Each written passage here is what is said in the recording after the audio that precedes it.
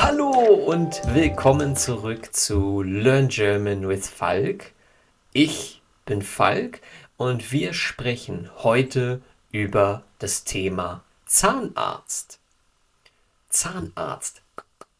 Die Zähne, Singular der Zahn und natürlich der Zahnarzt oder die feminine Version, die Zahnärztin. Und ja, ich war schon länger nicht mehr beim Zahnarzt, aber in Deutschland gehen die meisten Leute, ich würde sagen, mindestens einmal pro Jahr zum Zahnarzt. Vielleicht, vielleicht gehen die meisten Leute zweimal pro Jahr zum Zahnarzt. Zweimal. Und was viele andere auch noch machen, ist eine zusätzliche Behandlung, also eine Behandlung beim Arzt, eine Behandlung, das ist das, was der Arzt macht, wie er dir hilft, eine ärztliche Behandlung. Und das ist die sogenannte Prophylaxe, eine Zahnprophylaxe. Und die Zahnprophylaxe, das ist eine sehr, sehr gründliche, eine sehr, sehr tiefe Reinigung deiner Zähne.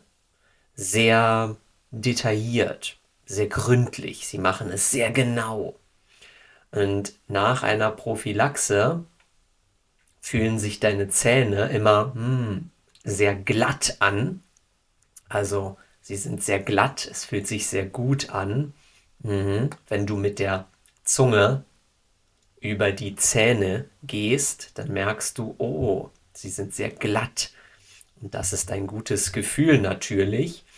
Außerdem kann der Zahnarzt bei der Zahnprophylaxe, ja, er erreicht Bereiche in deinem Mund, an deinen Zähnen, die für dich sehr schwierig mit der Zahnbürste zu erreichen sind.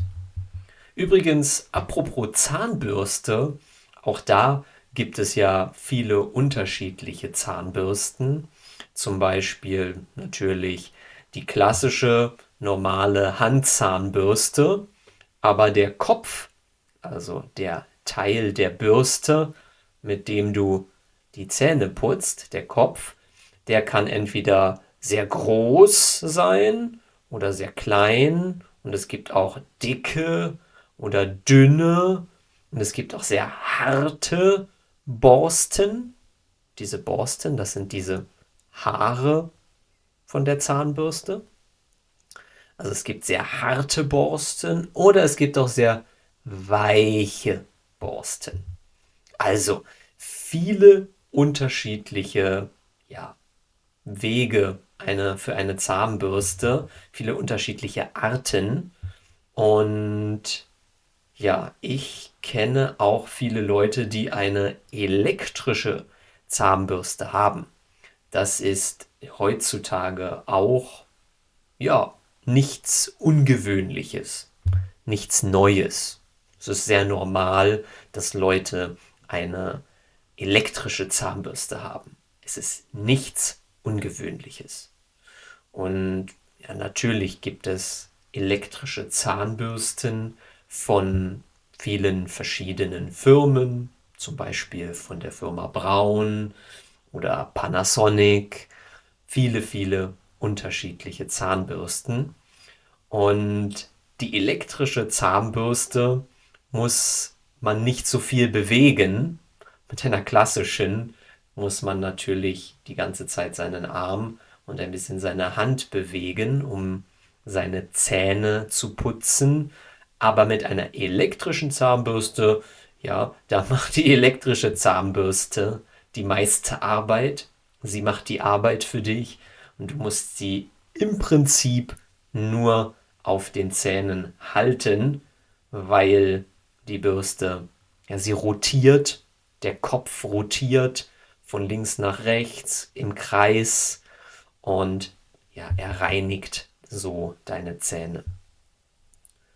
Und ja, viele Leute Meine Wenigkeit inklusive, also auch ich benutze Zahnseide. Viele Leute benutzen Zahnseide, also das ist dieser Faden, um in die Zwischenräume, ja, dieser Raum zwischen den Zähnen, der ist ja mit der Zahnbürste sehr, sehr schwierig zu erreichen. Man kann ihn nicht so gut putzen. Die Oberfläche vom Zahn, die Oberfläche, die kann man sehr gut putzen mit der Zahnbürste. Das ist kein Problem. Aber die Zwischenräume, dieser Raum zwischen den Zähnen, das ist sehr schwierig. Und dafür, genau dafür gibt es Zahnseide. Also, wie gesagt, das ist so ein Faden und man kommt in den Zahnzwischenraum und dann bewegt man die Zahnseide auch von links nach rechts und dann kann man die Zahnzwischenräume reinigen. Man kann sie sauber machen, sie reinigen. Und was andere auch noch gerne machen, ist Mundwasser benutzen. In Deutschland benutzen auch viele ein Mundwasser oder eine Mundspülung. Spülen, das kennst du von der Geschirrspülmaschine, das Geschirrspülen. Wir sagen auch beim Mundspülen, also das ist Spülen mit einer Mundspülung. Und auch nach dem Zähneputzen übrigens, nach dem Zähneputzen soll man die Zahnpasta ausspucken, spucken und mit Wasser den Mund ausspülen. Nach dem Zähneputzen spülen wir den Mund mit Wasser aus. Ich mache das immer 3-mal. Also nach dem Zähneputzen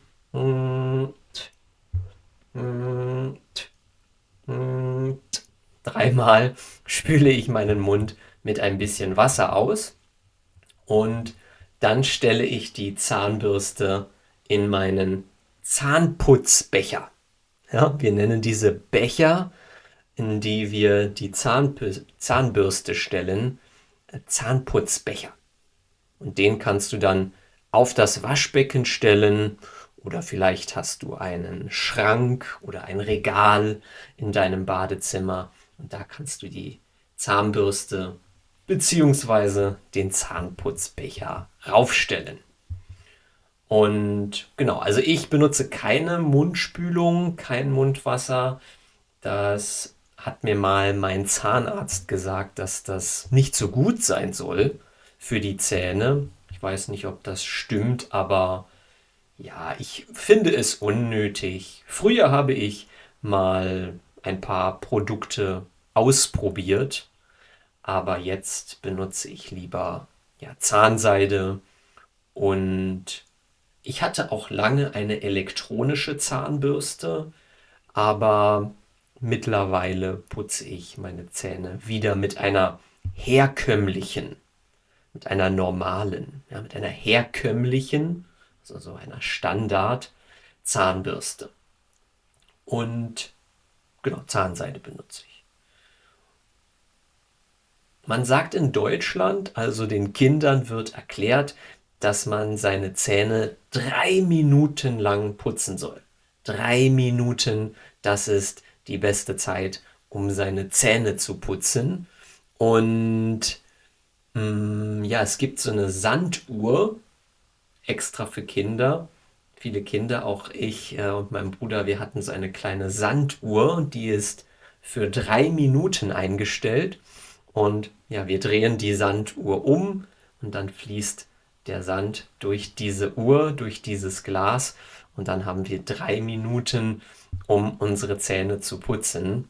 Ich glaube, 3 Minuten ist eine gute Zeit, um alle Zähne gründlich zu putzen. Und ja, die meisten Leute in Deutschland, würde ich sagen, putzen ihre Zähne 2-mal pro Tag. Also morgens, entweder vor oder nach dem Frühstück und vor dem Schlafengehen nochmal. Es gibt auch Leute, die ihre Zähne noch einmal nach dem Mittagessen, also mittags putzen, aber ich würde sagen, die meisten putzen ihre Zähne zweimal pro Tag. Und auch ich putze meine Zähne zweimal pro Tag, manchmal dreimal, aber sehr, sehr selten. Manchmal vielleicht, wenn ich viel zwischen den Zähnen habe oder ein ungutes Gefühl, dann putze ich die Zähne auch ein drittes Mal. Und ja, zum Zahnarzt, wie gesagt, gehen die Leute normalerweise zur Kontrolle. Also sie wollen prüfen, ob alles okay ist, ob alles in Ordnung ist oder ob sie vielleicht Karies haben, zum Beispiel. Karies, das bekommst du, wenn du zum Beispiel deine Zähne nicht putzt oder wenn du zu viel, zu viele Süßigkeiten isst, zu viele Haribos, zu viel Schokolade, dann besteht die Gefahr, es besteht das Risiko, ja, wir benutzen das Verb bestehen, es gibt das Risiko, es gibt die Chance, es besteht die Gefahr, dass du Karies hast. Und ja, wenn du vielleicht Karies hast oder ein Loch im Zahn, also ein Loch, dass es ein bisschen, ja, der Zahn ein bisschen vom Zahn weg ist, dann macht dir der Zahnarzt eine Füllung. Er füllt das Loch, also ein Loch, wie gesagt, es gibt Platz im Zahn und er füllt das Loch, so dass es keinen Platz im Zahn mehr gibt und du keine Schmerzen hast und keine Probleme hast. Und ja, ich war jetzt auch schon in Japan beim Zahnarzt, sowohl in Deutschland als auch in Japan. Und ich denke, der Unterschied zwischen japanischen und deutschen Zahnärzten ist marginal. Der Unterschied ist marginal, also er ist sehr klein. Und ja, beide Zahnärzte finde ich gut. Wobei, ja, vielleicht, ja, auch beim Zahnarzt, oder? Was denkt ihr? Auch beim Zahnarzt muss man ein bisschen suchen, bis man einen guten findet. Einen Zahnarzt, dem man vertraut. Also einen Zahnarzt, zu dem man gerne geht und bei dem man sich sicher fühlt. Ich glaube, jeder von uns hatte schon einmal eine schlechte Erfahrung bei einem Zahnarzt. Mir wurde als Kind zum Beispiel mal ein Backenzahn gezogen. Backe, das ist hier die Backe, die Wange, und der Backenzahn, das ist einer von diesen größeren Zähnen hier hinten.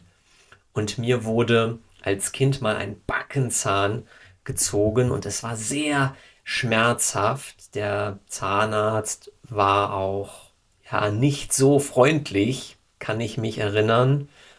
Und ja, das war keine schöne Erfahrung, aber zum Glück habe ich kein Trauma davongetragen.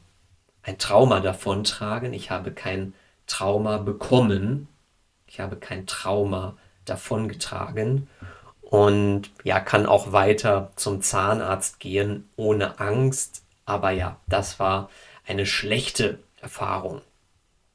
Also, wir haben gerade schon gesagt, hier, das sind die Backenzähne.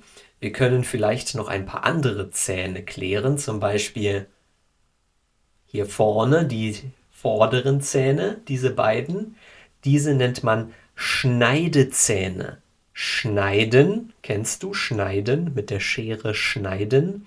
Und das sind die Schneidezähne. Und diese Zähne hier und hier, das sind die Eckzähne. Wie Ecke in einer Ecke. Ja, hier in einer Ecke. Und das sind die Eckzähne. Und es gibt auch die Weisheitszähne. Das sind die, die normalerweise sehr spät kommen, die eigentlich nicht in den Kiefer passen. Das hier, ja, das alles ist unser Kiefer. Hier sind die Kiefermuskeln. Hier, das ist alles unser Kiefer. Die Kieferknochen, Kiefermuskeln. Und die Weisheitszähne, die kommen von ganz hinten und sie drücken in den Kiefer und sie machen bei vielen Menschen Probleme, so auch bei mir. Und mir wurden schon 3 Weisheitszähne gezogen. Maximal kann man 4 Weisheitszähne haben, also für zwei für oben und 2 unten. Und ja, 3 wurden mir schon gezogen. Ich habe noch einen 4. Weisheitszahn, aber dieser macht keine Probleme und deshalb habe ich ihn mir nicht ziehen lassen. Also einen Zahn ziehen, der Arzt zieht einen Zahn oder ich passiv lasse mir einen Zahn ziehen. Also der Arzt hat mir 3 Weisheitszähne gezogen, aber der 4. Weisheitszahn wurde mir nicht gezogen. So.